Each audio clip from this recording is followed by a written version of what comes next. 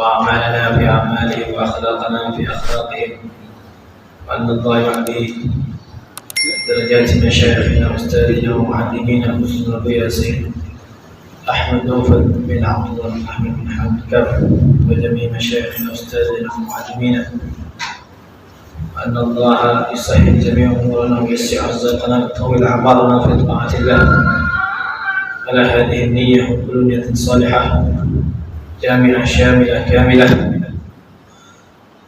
وأن الله يستر عيوبنا ويكشف قلوبنا ويجمع شملنا الهدى إلى حضرة النبي محمد صلى الله عليه وسلم. بسر الفاتحة.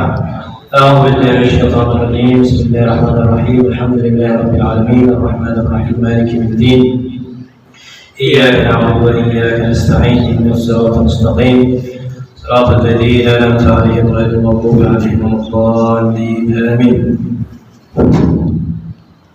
بسم الله الرحمن الرحيم. الحمد لله رب العالمين. اللهم صل وسلم على سيدنا محمد الفاتح لما أغلق والخاتم لما سبق ناصر الحق بالحق والهادي إلى صراطك المستقيم، وعلى آله وصحبه حق قدره ومقداره العظيم. سبحانك لا علم لنا إلا ما علمتنا إنك أنت العليم الحكيم. رب اشرح لي صدري ويسر لي أمري واحلل عقدة من لساني يفقهوا قولي وسدد لساني واهد قلبي بجاه النبي والصحب والآل. رب زدنا علما نافعا وارزقنا فهما صادقا. اللهم إنا نسألك فهم النبيين وحفظ المرسلين وإلهام الملائكة المقربين أكرم الأكرمين. اللهم إنا نعوذ بك من علم لا ينفع ومن قلب لا يخشع ومن نفس لا تشبع ومن دعوة لا تسمع ولا تستجاب لها.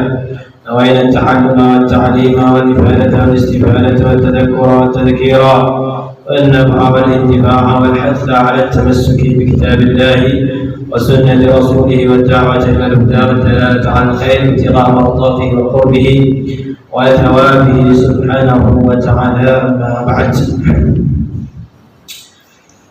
Melanjutkan pertemuan sebelumnya, kita membahas tentang sunnah-sunnah yang dilakukan setelah sholat, yang mana kadang orang-orang yang baru belajar atau bahasa sekarang ini baru hijrah ini kadang suka kagetan, ya, memandang karena dia baru belajar itu ketika disampaikan tadi apa yang baru dia sampaikan tadi rupanya bertentangan dengan umumnya yang diamalkan di masyarakat itu. Tiba-tiba dia langsung menjustifikasi itu. Kenapa? Karena pertama minimnya pengetahuan yang disampaikan dan juga semangat yang terlalu terburu-buru sehingga gampang tadi. Jadi antaranya mengusap wajah setelah sholat itu, ya. Setelah sholat itu kita disunahkan mengusap wajah dengan tangan kanan. Salam itu. Assalamualaikum warahmatullahi wabarakatuh. Assalamualaikum warahmatullahi wabarakatuh. Sunnahkan kita mengusap tangan itu sunnah ya. Ya, pakai tangan kanan. Sembari baca asyhadu an la ilaha illallah huwar rahmanur rahim. Ya, asyhadu an la ilaha illa huwar rahmanur rahim. Allahumma adhib 'anni al-hamma wal hazan. Ya, sunnah itu. Ya, disunnahkan. Juga di antara yang dianjurkan setelah sholat itu adalah kemarin kita membahas bahwasanya istighfar, ya, karena kita tahu ibadah sholat kita itu bukan ukuran kita itu masuk surga. Ini bukan ukuran kita masuk surga kita rajin sholat 5 waktu itu. Jadi jangan sampai kita langsung memvonis orang yang tidak sholat itu. Orang yang tidak sholat pasti masuk neraka. Kita Ahlus Sunnah wal Jamaah itu bukan seperti itu. Suka menghakimi orang, bukan. Ini bukan akidahnya Ahlus Sunnah wal Jamaah. Tapi bukan berarti bukan berarti kita ini seenaknya kita meninggalkan salat. Nah, ini hati-hati juga, jangan diartikan begitu juga. Jadi jangan sampai ada orang sholatmu itu bukan menjaminmu masuk surga, sedangkan dia tidak pernah sholat. Nah, ini pelit. Ya, jangan seperti itu juga. Kamu sudah nggak sholat, ngomongin orang sholat itu bukan menjamin masuk surga. Nah, ini lebih dahsyat lagi. Lebih dahsyat lagi kalau ada seperti itu. Orang sholat saja dihisab, ini apalagi yang tidak sholat, imbabil aula. Jadi jangan kebalik. Kalau misalnya ada orang ngomong, sholat itu engkau bukan menjamin masuk surga. Iya, memang betul. Apalagi engkau yang tidak sholat. Jadi jangan jadi pembenaran itu orang yang malas sholat itu. Yang nggak mau sholat, tinggalkan sholat, meremehkan sholat. Jangan menjadi pembenaran bahwa saya sholat itu bukan menjamin. Karena nanti di akhirat itu awal ma yuhasabu abdul itu as-sholat. Pertama kali yang dihisab bakal dipertanyakan, atau bahasa sekarang itu diinterogasi. Seorang hamba itu nanti di padang mahsyar itu, dia di hari hisab itu adalah sholat. Ketika sholatnya itu sempurna, ketika sholat itu bagus, zahir wa batin. Pentingnya kita ini dalam ibadah itu zahiran wa batinan.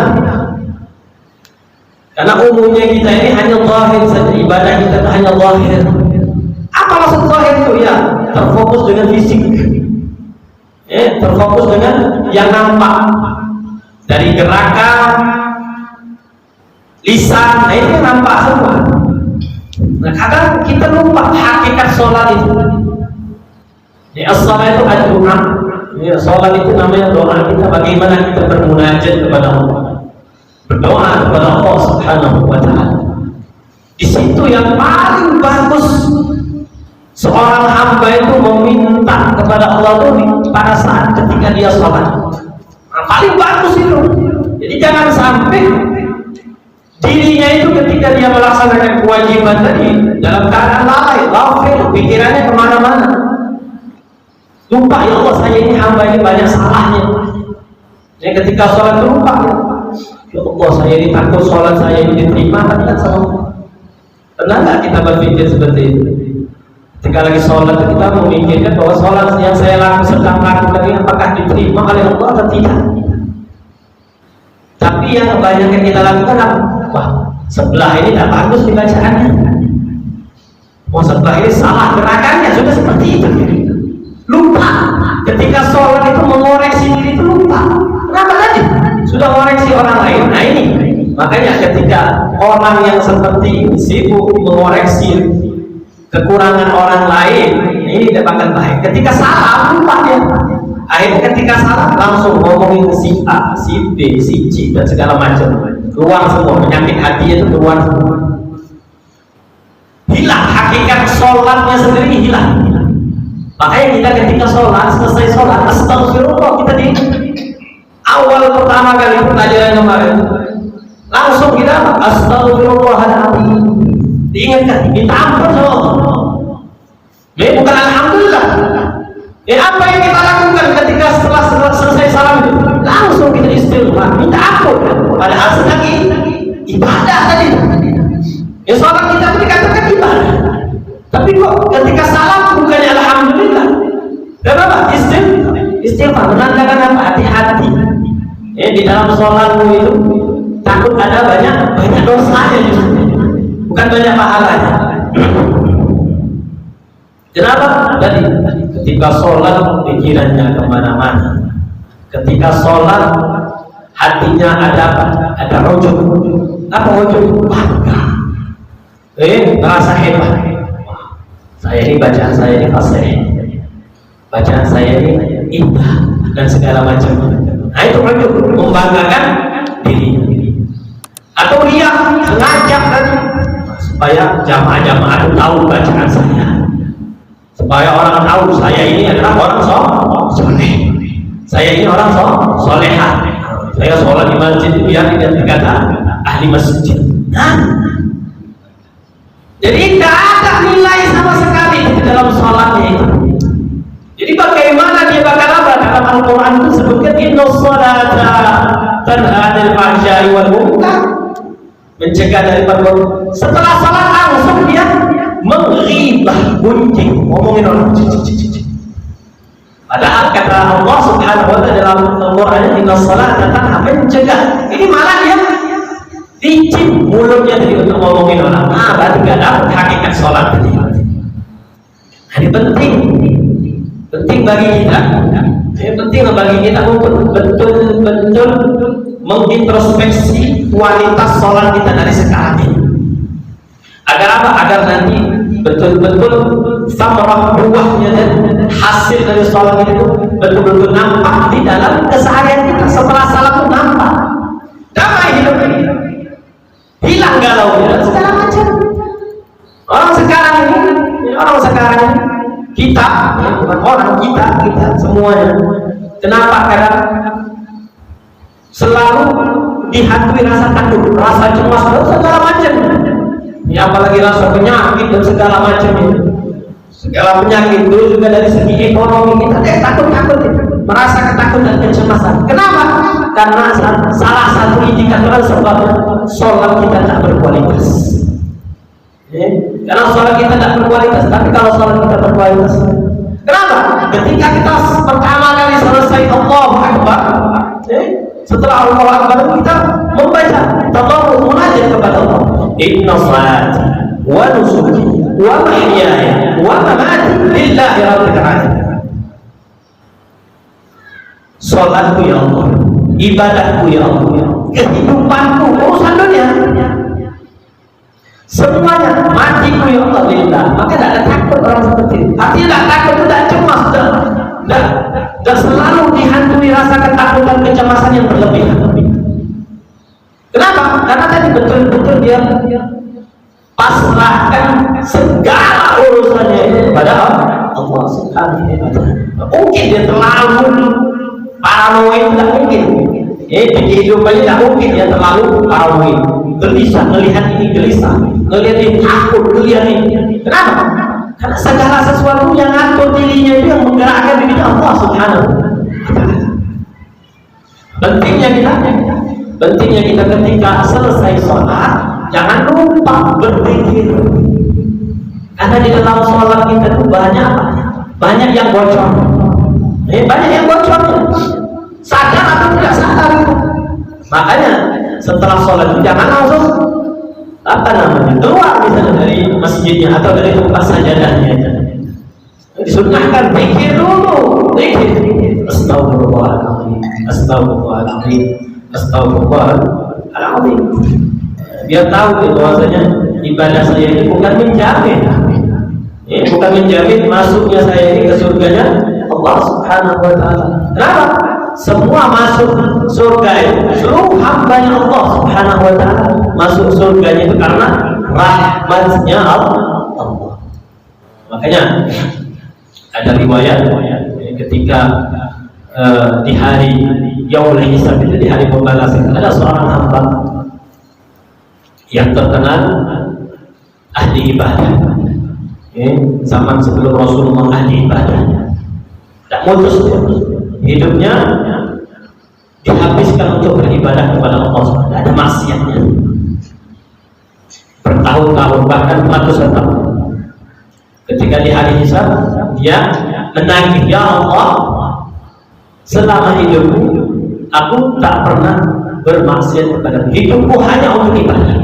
Maka sekarang aku meminta supaya aku dimasukkan surga tadi bukan karena rahmat, tapi karena amal. Contoh, kalau memang maunya engkau seperti itu, maka mari kita hisab nikmat-nikmat yang aku berikan kepada engkau sudah mencukupi belum kewajiban engkau terhadap aku kepada Allah Subhanahu wa ta'ala. Coba kita hisab dari awal, dari atas, dari kepala, dari mata, hidung, telinga, mulut, dan segala macam tubuh kita hisab, hitung-hitungan. Kalau mau hitung-hitungan, ayo kita hitung-hitungan kata Allah Subhanahu. Ketika dihisab, dihitung, tidak mencukupi amalnya dari rasa syukurnya dia atas nikmat-nikmat yang diberikan Allah. Maka kalau begitu, kalau maunya engkau seperti itu, kau belum melunasi hak-hakmu itu, kewajiban-kewajiban yang aku berikan tidak menutupi nikmat-nikmat yang sudah aku berikan. Sudah, kalau begitu masukkan ke neraka. Ya malaikat masuk ke neraka. Akhirnya baru sadar hamba, ya Allah, kalau begitu memang amalku tidak ada nilainya. Dengan apa? Dengan kasih sayang yang engkau ya Allah. Maka tolong ya Allah, maafkan aku, masukkan aku ke surgamu karena rahmat, bukan karena amal. Makanya, jadi tidak ada jaminan ibadah kita. Memang betul tidak ada jaminan. Tapi jangan sampai lupa kewajiban kita kepada Allah Subhanahu wa Ta'ala. Makanya dianjurkan kita memperbanyak zikir. Setelah salat itu dianjurkan memperbanyak zikir. Di antaranya istighfar. Membaca istighfar 3 kali. Dianjurkan lagi, biasanya kita kalau seandainya setelah salat itu membaca Allahumma antas salam wa minkas salam wa ilaika ya'udus salam fahayna rabbana bis salam wa adkhilna al-jannata darus salam tabarakta rabbana ya dzal jalali wal ikram. Itu biasa kita baca. Jangan lupa itu untuk dibaca. Di antaranya lagi kita dianjurkan untuk membaca Allahumma a'inna ala dzikrika wa syukrika wa husni ibadatik. Jadi misalnya zikir jamaah itu, biasa kita kan zikir jamaah. Zikir jamaah itu dianjurkan bagi yang tidak terbiasa membaca zikir sendirian. Ini penting ini. Jadi jangan sampai orang berprasangka yang tidak baik. Ini orang ini kok orang lain zikirnya rame-rame, dia sendirian. Nah, ini kita jangan belajar berprasangka jelek kalau ada orang zikir sendirian. Karena ini memang diajarkan oleh Rasulullah SAW. Nah, bagi yang belum terbiasa atau dia nggak bisa memang zikirnya sendirian, maka dia dalam mazhab Syafi'i sebetulnya silakan imam misalnya mimpinnya. Jadi untuk zikir rame-rame. Ya, Allahumma terus rame-rame itu bagi yang belum terbiasa. Tapi kalau yang sudah terbiasa, dia punya wirid yang sudah dia pelajari dan dia hafal, itu lebih bagus dia bacanya masing-masing. Nah, itu penting itu. Jangan sampai juga kita yang terbiasa zikirnya rame-rame, yang rame-rame nanti mempunyai perasaan jelek. Ini orang ini kok orang lain bacanya rame-rame, dia sendiri bacanya sendirian. Nah, ini alirannya tidak jelas. Seperti itu. Nah, ini juga harus diluruskan. Karena zikir jamaah itu, zikir ramai-ramai itu dianjurkan bagi yang belum terbiasa atau dia tidak bisa untuk sendiri-sendiri, silahkan. Tapi kalau yang punya wiridan sendiri, enggak, sebanyak-banyaknya dia. Karena zikir jamaah itu tidak mungkin juga sampai setengah jam itu, pasti bubar, udah panas tuh jamaah tuh. Misalnya imam doanya lama panjang saja tuh, 15 menit itu udah geser sudah jamaah tuh. Nah itu, makanya kalau sudah seperti itu, kita sebagai imam pun harus tahu baca tuh sebanyak-banyak. Biarkan nanti kalau seandainya makmumnya, jamaahnya mau meneruskan zikir, silakan ya. Ya kalau yang ada punya kegiatan melanjutkan kegiatannya silakan. Jadi yang untuk jamaah pun tidak usah banyak-banyak juga. Jangan menunjukkan saya ini hafal doanya panjang, tidak usah seperti itu. Ya. Nah di antaranya lagi zikir yang dianjurkan itu,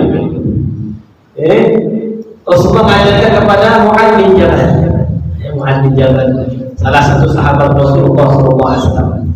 Kata Rasulullah untuk berwasiat, ketika berwasiat kepada Mu'adz bin Jabal, wahai Mu'adz, sesungguhnya aku ini sayang kepada engkau, cinta kepada engkau, wahai Mu'adz. Kata Rasulullah, ya Mu'adz, jangan kau tinggalkan ini. Apa ya Rasulullah? La tad'anna fi duburi kulli salatin an taqula Allahumma a'inni ala dzikrika wa syukrika wa husni ibadatik. Wahai Mu'adz, jangan sampai kau tinggalkan selepas salat untuk membaca ini. Membaca apa? Allahumma a'inni ala dzikrika wa syukrika wa husni ibadatik. Kalau misalnya rame-rame bacanya apa? Allahumma a'inna. Kalau sendirian Allahumma a'inni. Kalau rame-rame Allahumma a'inna ala dzikrika wa syukrika wa husni ibadatik. Itu dianjurkan. Juga dianjurkan juga kita apa? Untuk membaca tasbih, tahmid, takbir. Makanya ada 33. Itu memang dianjurkan oleh Rasulullah SAW. Dianjurkan sebelum baca apa? Sebelum baca tasbih, tahmid, takbir tadi 33 kali tadi. Dianjurkan membaca ayat kursi. Dianjurkan juga itu baca ayat kursi. Makanya barang siapa yang baca itu semua, katanya kalau yang terbiasa selepas sholat itu membaca ayat kursi, setiap sholat membaca ayat kursi, lam yamna'hu min dukhulil jannah illa an yamut. Jadi sudah dijamin oleh Allah Subhanahu wa taala orang tersebut masuk surga. Tinggal apa? Tinggal pemisah dia itu mati saja. Nunggu mati, nah sudah. Ketika dia sudah mati langsung diberikan oleh Allah Subhanahu wa taala tempatnya di surga. Barang siapa yang melazimkan istiqamah membaca ayatul kursi. Jadi tidak ada pembatas dirinya itu antara dirinya dengan surga itu mati dulu. Mati. Nanti ketika dihisab baru langsung dimasukkan oleh Allah Subhanahu wa taala ke surga. Hadis ini masalah tentang keutamaan membaca ayat kursi selepas sholat itu ada di Sunan An-Nasa'i dan At-Tabrani. Juga dianjurkan apa? Dianjurkan membaca tasbih, tahmid, takbir. Subhanallah 33 kali, alhamdulillah 33 kali, Allahu akbar 33 kali, dan disempurnakan menjadi 100. La ilaha illallah wahdahu la syarika lah, lahul mulku wa lahul hamdu yuhyi wa yumiitu wa huwa ala kulli syai'in qadir. Nah, itu sempurna 100. Sempurna 100. Makanya kata Rasulullah diriwayatkan dari Abi Hurairah, man sabbahallah fi duburi kulli salatin 33. Barang siapa membaca tasbih selepas salat 33 kali, wa hamidallah 33. Membaca alhamdulillah 33 kali, wa kabbarallah 33, dan membaca Allahu akbar 33 kali, fatilka tis'atun wa tis'una, maka totalnya menjadi 99. Wa qala tamamal mi'ati, dan dia sempurnakan menjadi 100. La ilaha illallah wahdahu la syarika lah, lahul mulku wa lahul hamdu wa huwa ala kulli syai'in qadir. Apa faedahnya? Ghufirat khatayahu, diampuni dosa-dosanya, wa in kanat misla sabatil bahr, walaupun dosanya tadi sebanyak buih yang ada di laut. Siapa yang di sini bilang dosa saya sedikit? Ustaz, dosa saya sedikit. Siapa yang bilang? Tunjuk tangan. Nah, semuanya kita kadang setiap hari kadang bangun tidurnya kita pun bisa dikatakan maksiat gitu. Kadang bangun tidurnya kita ini sudah maksiat. Kenapa? Sudah lupa sama Allah. Kenapa? Buka HP dulu. Bangun tidur buka HP. Mestinya apa? Alhamdulillah, bersyukur, memuji Allah.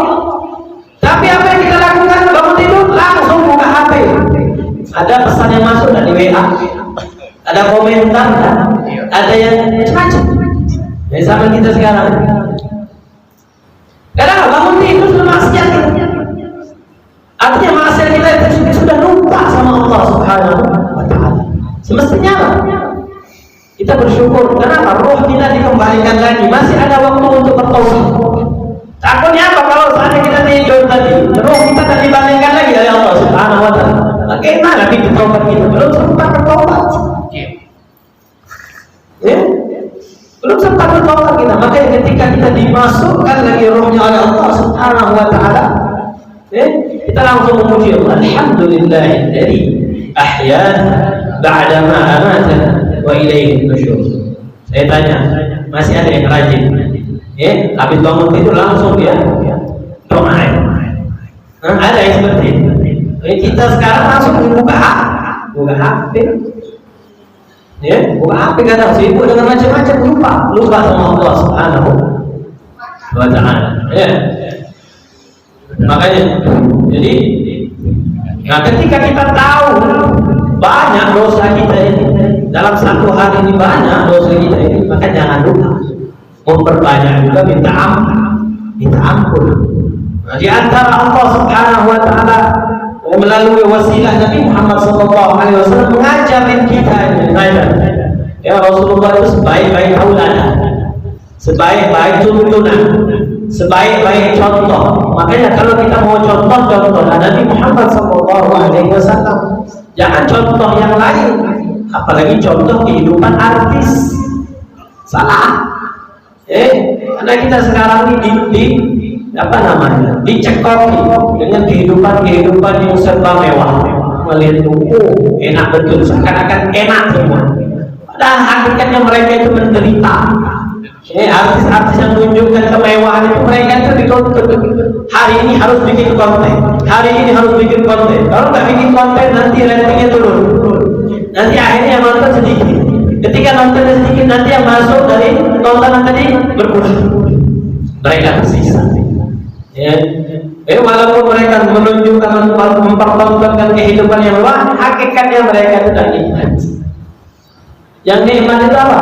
Orang yang diberikan rasa kecukupan oleh Allah Subhanahu wa taala. Dapat nikmat ini alhamdulillah. Dapat nikmat ini alhamdulillah. Dapat nikmat ini alhamdulillah. Doa sampai menuntut sampai ini nanti tabungan ini buat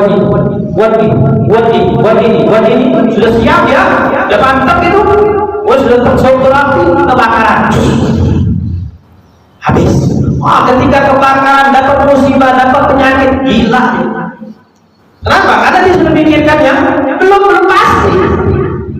Seakan-akan dia yang menentukan kehidupannya, lupa dia bahwasanya yang menentukan itu Allah Subhanahu wa taala. Ketika sudah dia susun rapi dari kehidupan dia yang akan datang dari masa depan, rupanya diingatkan oleh Allah Subhanahu wa taala, hamba, jangan sampai terlena. Aku kasih musibah dulu sedikit. Gimana? Kuatkah dia? Dikasih macam-macam lah. Akhirnya habis uangnya dari investasi, nanti habis semua. Itu bagaimana?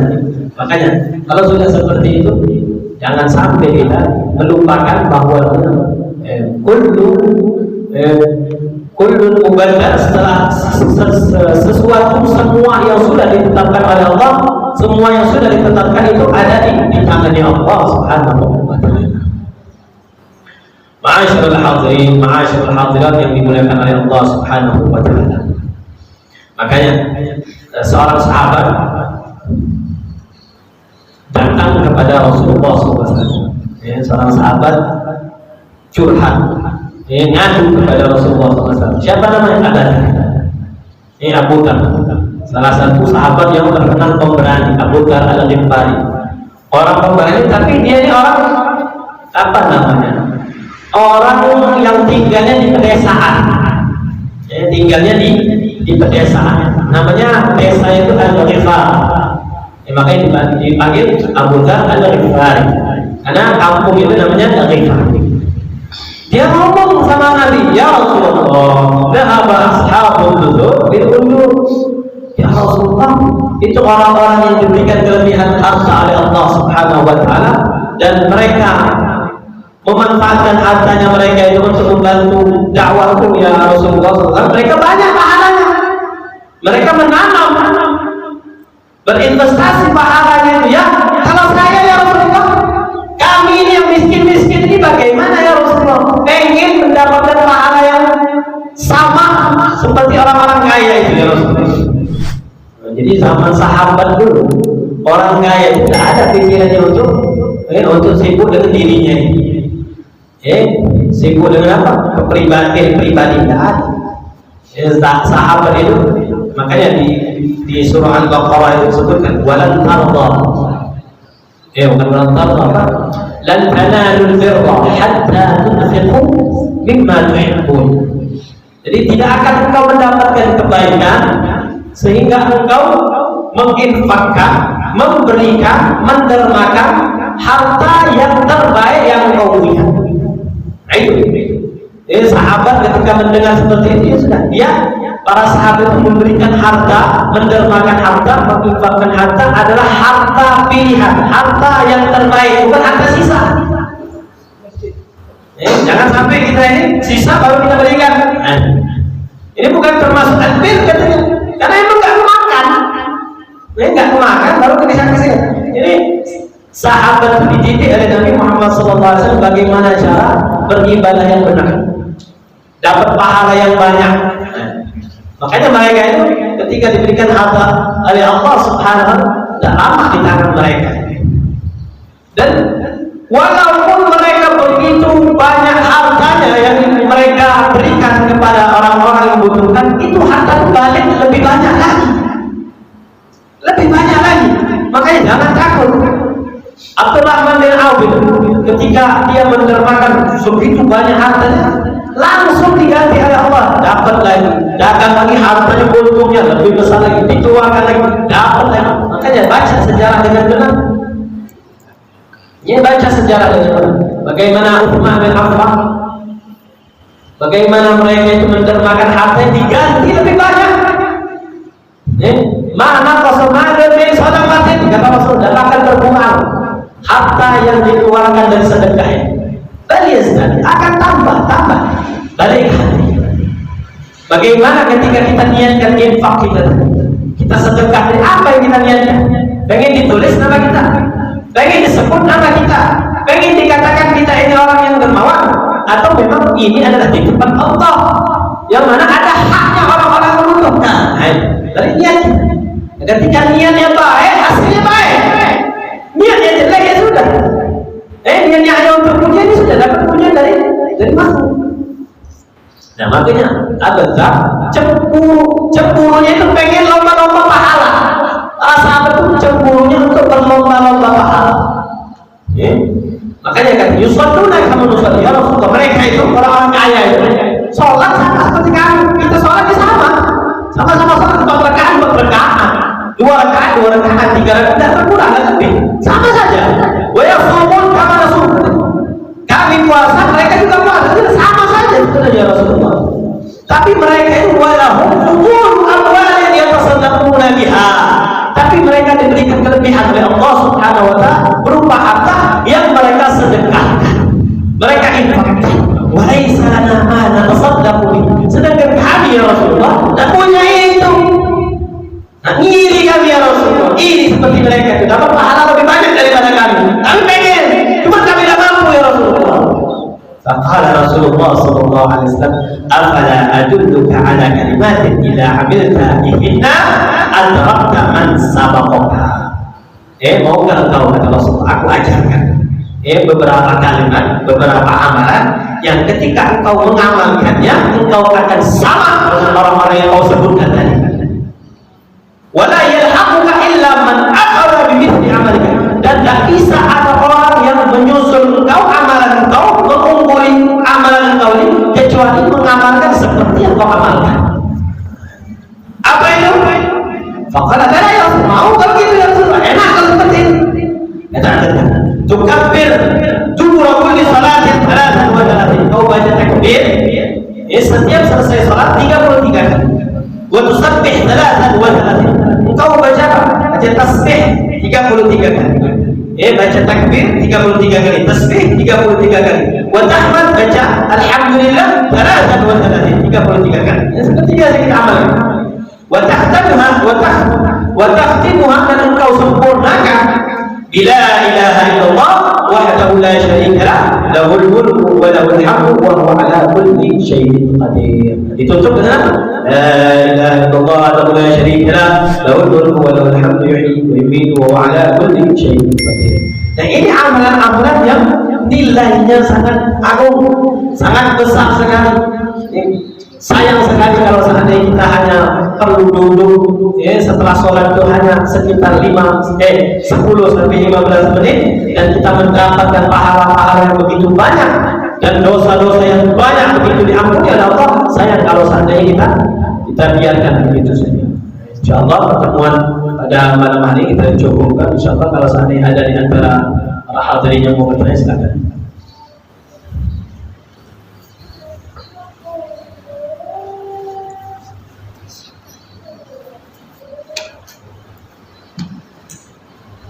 Kalau ditanya, saya katakan ada pertanyaan, saya yang nanya.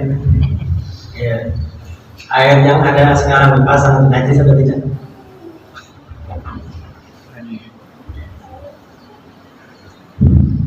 Najis atau tidak? Najis. Kenapa najis? Karena campur dengan air yang di toilet. Pasti. Airnya itu banyak apa sedikit? Banyak. Jadi untuk masalah air kita harus tahu ada air yang suci mensucikan, ada air suci tapi tidak mensucikan, ada air yang terkena najis.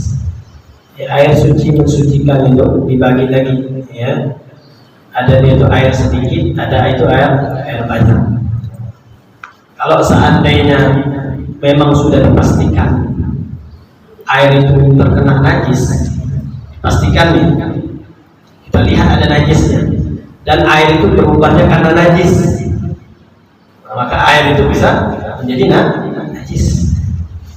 Tapi kalau seandainya sudah pasti, tidak bisa dikatakan najis, tapi tidak bisa digunakan untuk bersuci karena dia bercampur sudah. Ya. Itu tadi. Makanya kalau seandainya airnya tadi sudah bercampur, sama seperti air yang tercampur dengan gula, air yang tercampur dengan sirup, itu dia boleh diminum.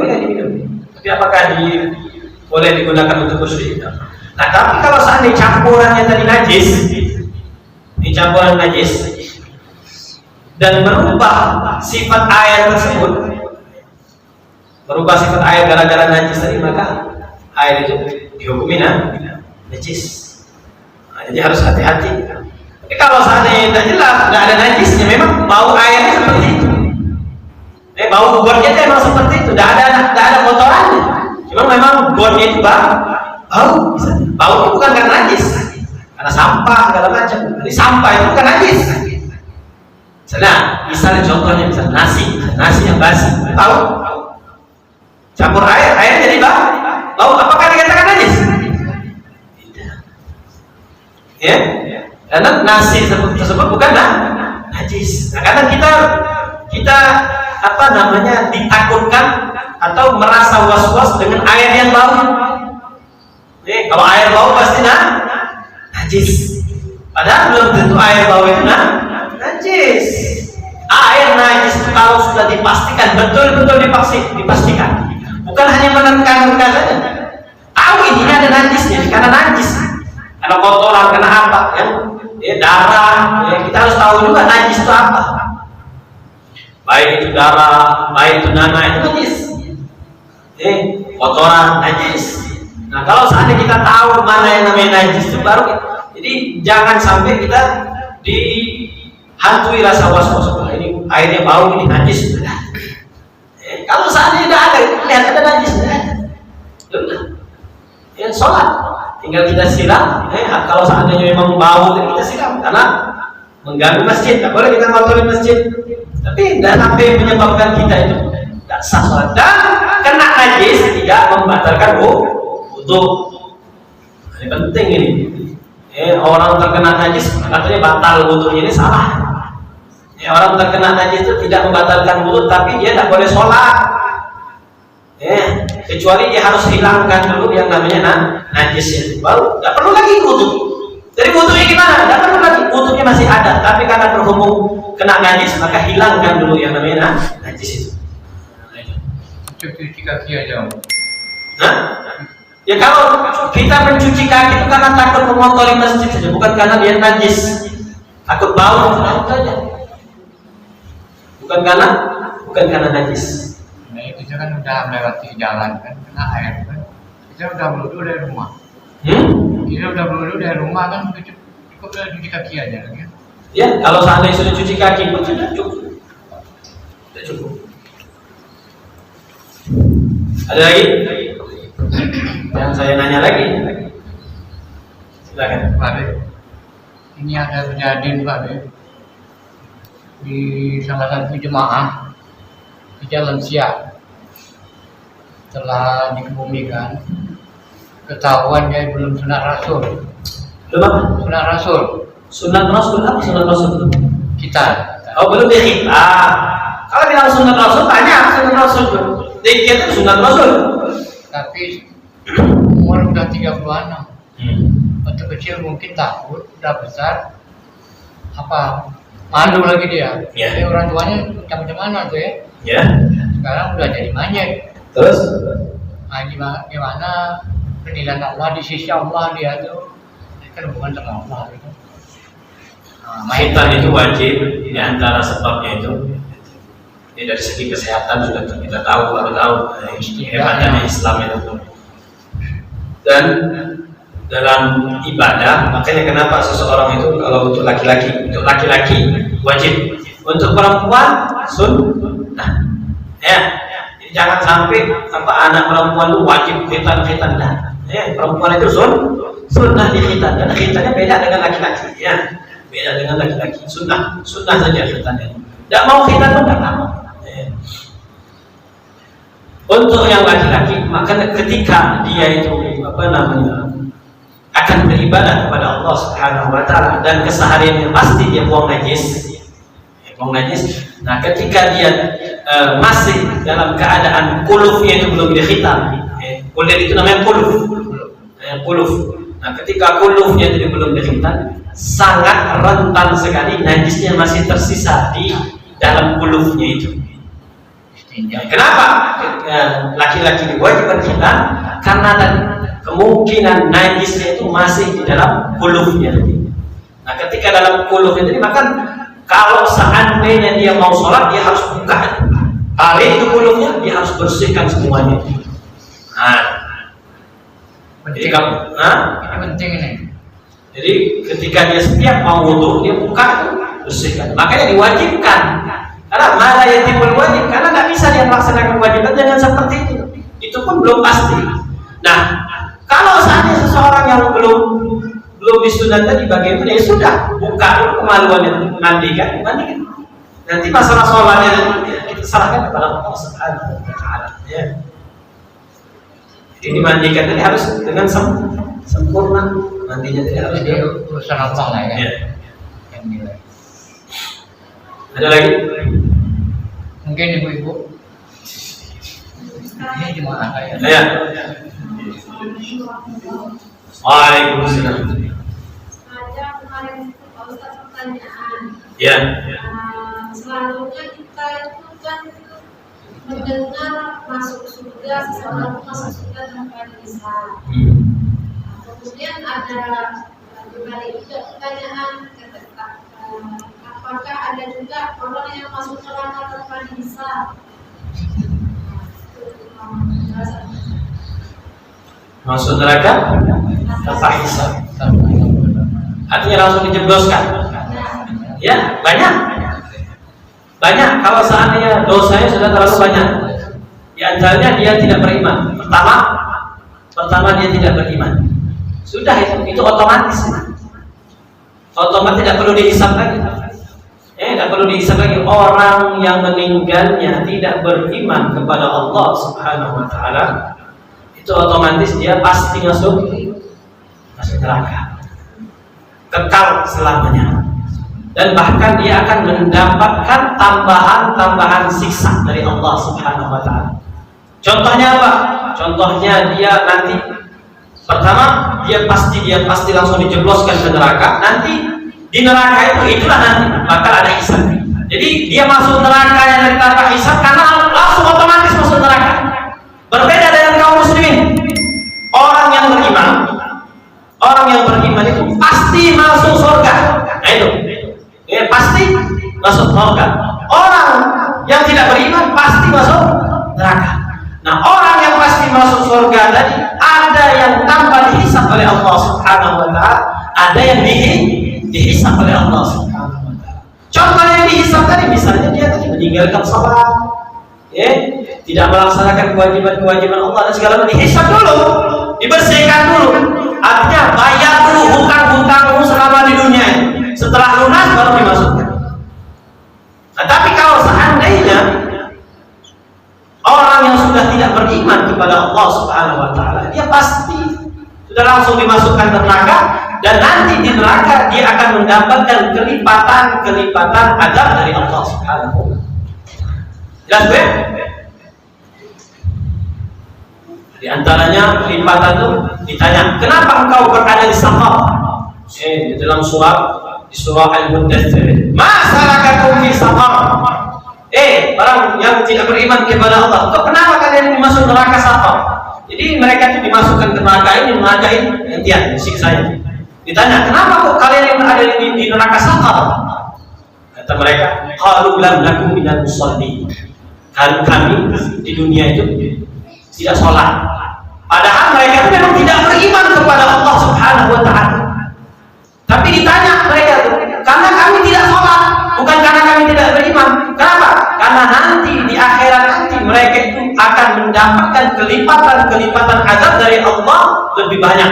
Karena tuntutan-tuntutan yang di dunia mereka tidak jalankan sama sekali setelah dia tidak beriman kepada Allah Subhanahu. Nanti ditanya mereka karena tidak sholat, diazab karena tidak zakat, dan segala ibadah-ibadah yang lain. Jadi betul-betul azabnya Allah itu berlipat-lipat bagi orang yang tidak beriman kepada Allah Subhanahu wa taala. Adapun seorang muslim mukmin, ketika dia meninggalnya masih beriman kepada Allah Subhanahu wa taala, itu salah satu kunci bahwasanya hamba tersebut akan dimasukkan oleh Allah ke surga. Tapi apakah surganya langsung? Ayat nanti dilihat. Apakah hamba ini mendapatkan kemuliaan dari Allah? Di antaranya ada seorang hamba yang dimasukkan tanpa dihisab, langsung dimasukkan. Ada yang dihisab. Allahu a'lam. Ada lagi?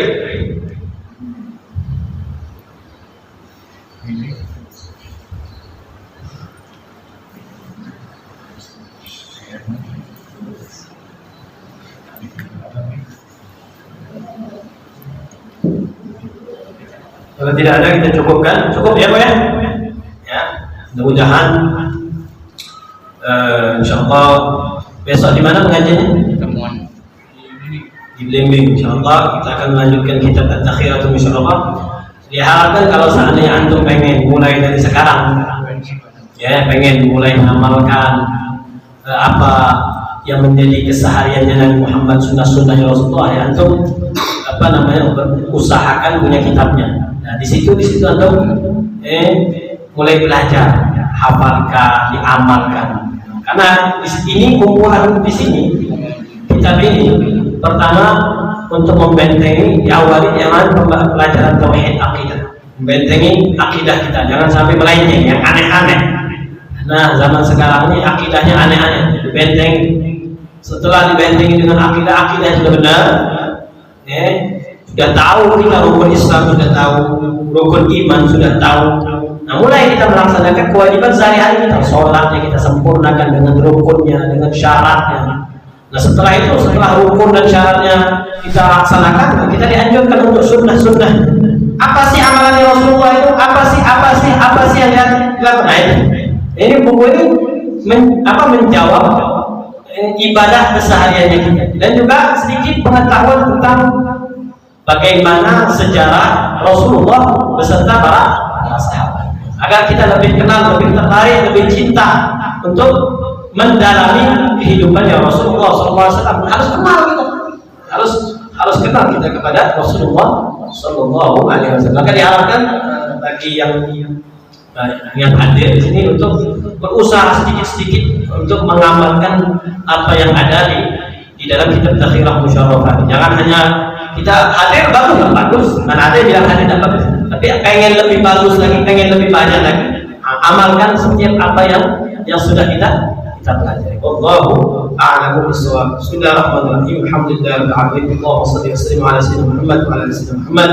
Allahumma aslih dhata bainina wa alif baina qulubina wa ihdina subul salam wa najina min dhulumati ila nur wa jannibna al-fawahish ma dhahara minha wa ma batan. Allahumma barik lana bi asma'ina wa absarina wa qulubina wa azwajina wa dhurriyyatina. تب علينا انك انت التواب الرحيم واجعلنا شاكرين لنعمتك واثننا بها قابلين لها وتب علينا. اللهم افتح لنا ابواب الخير وابواب البركه وابواب النعمه وابواب الرزق وابواب القوه وابواب الصحه وابواب العافيه وابواب السلامه وابواب الجنه. اللهم عافنا من كل بلاء الدنيا وعن الاخره. ربنا اتنا في الدنيا حسنه وفي الاخره حسنه وقنا عذاب النار. صلى الله على سيدنا محمد النبي الامي وعلى اله وصحبه وسلم. الحمد لله رب العالمين وعفو منكم والسلام عليكم ورحمه الله وبركاته.